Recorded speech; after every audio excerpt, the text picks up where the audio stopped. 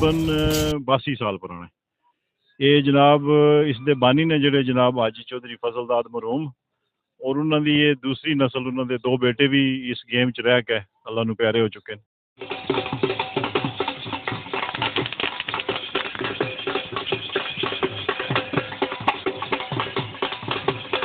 अस्सलाम वालेकुम नाज़रीन, आप देख रहे हैं PK24 न्यूज़। आपका मेज़बान बिलाल रज़ा इस वक्त जादा के मकाम पर मौजूद है। बाबा जादा का मेला शुरू हो चुका है। उसी हवाले से यहाँ पे जो है आज पंजाब की सकाफत के हवाले से पंजाब के कल्चर के रिलेटेड एक खेल करवाया जा रहा है। यहाँ पे जो है बैल खड़ा करवाया जा रहा है जो 82 साल गुजर चुके हैं। 82 साल पुराना यहाँ पे जो मेला होता है आज भी उसी तरह कायम दायम है। मेरे साथ एक ओवरसीज़ पाकिस्तानी मौजूद हैं, इनसे जानते हैं जो स्पेशल इस मेले के लिए हर साल यहाँ पे पाकिस्तान में आते हैं। इनसे जानते हैं कि इस मेले की तारीख के बारे में ये क्या कहना चाहेंगे। अस्सलाम वालेकुम सर। जी वालेकुम सलाम। बहुत सबसे पहले तो आपको खुशामदीद कहते हैं। आप पाकिस्तान में आए हैं, अपने कल्चर को, पंजाब के कल्चर को आज तक आप लोगों की वजह से ये जिंदा है, तो आज के प्रोग्राम के वाले से क्या कहना चाहेंगे आप। जी बहुत मेहरबानी जनाब, बहुत शुक्रिया। ਅੱਜ ਦੇ प्रोग्राम के हवाले नाल सर ये बहुत अच्छा खेल है, बहुत पुराना है, तकरीबन 82 साल पुराना है। ये जनाब इसके बानी ने जोड़े जनाब हाजी चौधरी फजलदाद मरहूम और उन्होंने ये दूसरी नस्ल उन्होंने दो बेटे भी इस गेम च रह के अल्लाह नू प्यारे हो चुके हैं।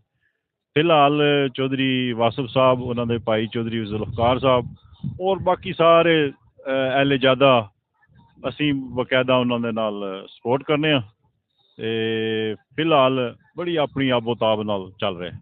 अच्छा, 82 साल हो गए इस मेले नू करवांदियां होया ते 82 साल दे विच के रंग देखे तुसीं, वक्त बदलदे गए न, उहदे विच ज़ाहिर गल है तुहाडे बजुर्ग तुहानूं तारीख दस के गए हो सन। जी उस दे हवाले नाल जिसलै पहले जिमींदार सन वो तो अपने दांदां नाल हल भी जुगड़दे सन, खूह भी जुगड़दे सन, अपना काम करते सन। आस्ता आस्ता मशीनरी आवन दे नाल ये बिल्कुल हुण सिर्फ और सिर्फ जिन्होंने लोगों दांद रखे ने वो इसे शुगल वास्ते रखे ने। बाकी खाड़े भी हैं ने, ये खाड़ा है ज़्यादा पुराना है 82 साल का। दूसरे नंबर पर खाड़ा कंतरीली है, वो भी काफ़ी पुराना है, 70-75 साल की चल रहा है।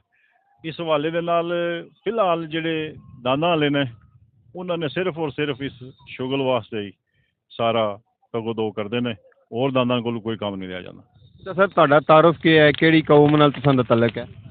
सर मेरा ज़ाती तारफ है जड़ा, मेरा नाम मोहम्मद अफजल है। मेरे वालिद मोहतरम इस गेम में बड़े पुराने रहे ने, अच्छे दांद रखे ने उन्होंने, और तकरीबन वो इस खाड़े दे बानियान दे नाल वो चलते रहे ने। उन्होंने फ्रेंडशिप सी, असी भी उन्होंने हवाले दे नाल इन्हां नाल पार्टिसिपेट करने हैं। भाई नहीं वो अगर चल गए ने तो सानू भी इन्हां नाल चलना चाहिए। अच्छा सर, मुझे ये बताएं कि ये जो खाड़ा है आपका, इसका तरीकाकार क्या है। इस खेल को खेलने के हवाले से जो है बैल कितने चक्कर लगाते हैं, फिर इनको तैयार कैसे किया जाता है। सर जी इन्हां दी तैयारी बड़ी मुश्किल है, काफ़ी ट्रेनिंग है इन्हां दी। उसनू मैड़ा भी है, टीकली भी है, खूह भी है, खुराक भी दाना की अच्छी है, ट्रेनिंग भी सख्त है।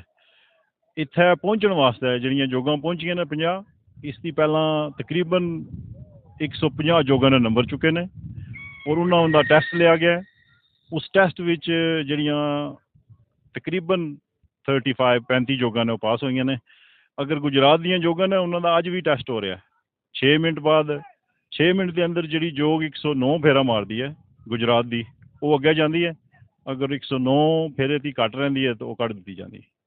अच्छा सर, तो इदा इनामात वगैरह क्या होंगे। इनामात काफ़ी ने। फिलहाल पिछले 3-4 साल थी इस खाड़े पर 2 लाख 3, 2.5, हाँ जी पहला नंबर है जो 2.5 लाख तो भी रहा है, 2-3 भी होता है, दूसरा भी 2 लाख से उपर है, तीसरा 2 लाख दे है, 2,10,000 कदे 2 लाख। मगर हर पहला नाम है जोड़ा ये तकरीबन 2 लाख से उपर पर है। अच्छा सर जी, मैनू ये दसो कि भी मेला तो चलो लग गया, लोग दांद वेखण आ गए, लेकिन क्या ये साडी सकाफत है भी जलेबियां मुरस्से उस बाद ठेले लगे जेड़े, इस बारे क्या कहना चाहोगे तुसीं। ये बिल्कुल सकाफत है, खाड़े की बड़ी रौनक है। जमींदार लोग इत्थे हुण खाड़ा देख रहे हैं, जी उन्होंने चीज़ां जरूर दिन नूं चाहिदियां ने खा पी रहे हैं। तकरीबन घर लै जाने वास्ते भी लोग जलेबियां वगैरह लैके जाते हैं, मरस्से लैके जाते हैं। जोड़ा पुराना कल्चर है उस दे मुताबिक लोग अपना खूब इंजॉय कर रहे हैं। اچھا سر، یہ اینڈ پہ آپ مجھے یہ بتائیں کہ جو آپ اوورسیز پاکستانی ہیں، تو اوورسیز پاکستانیوں کو لندن میں یا امریکہ کینیڈا کہیں بھی بیٹھے ہوئے ہیں پاکستانی، اور خاص کر کے جیلم کے لوگ، ان کو تو ہم اپنی جو ہے ریڑھ کی ہڈی سمجھتے ہیں کہ وہ اپنے کلچر کو، اپنے پاکستان کو، اپنے پنجاب کو سپورٹ کرتے ہیں، ان کو کیا پیغام دینا چاہیں گے آپ؟ جی ان کے لیے پیغام بھی ہے، مگر یہ جو 4-5 فیس بک دیکھی ہوں گی آپ نے ادھر چل رہی ہیں، لائیو دکھا رہے ہیں، یہ دنیا میں سبھی ملک میں جا رہا ہے لائیو، یہ جو صبح سے لے کر نمبروں کا بھی ہے، ٹیسٹ کا بھی ہے، سبھی لائیو دیکھتے ہیں لوگ، اور ادھر اس پہ زیادہ تبصرہ ہوتا ہے لوگوں کا، ایک دوسرے کو فون کر کے باتیں بتائی جاتی ہیں کہ ہم نے دیکھا ہے ایسے ہوگا، ایسے نہیں ہوگا، کون پہلے نمبر پہ آئے گا، کس کے جو بیل ہیں وہ اس وقت فارم ہے، تو کافی لوگ اس کے اوپر تبصرہ کرتے ہیں جو جنہوں نے بیل رکھے ہیں، اور تقریباً جو فی الحال یہ کام چل رہا ہے یہ اوورسیز کے حوالے سے ہی چل رہا ہے، لوکل آدمی بہت کم ہے اس میں مہنگائی کے حوالے سے، کیونکہ ہارڈ بڑی مشکل گیم ہو گئی ہے۔ شکریہ سر۔ جی ناظرین، میرے ساتھ اس وقت اوورسیز پاکستانی موجود تھے۔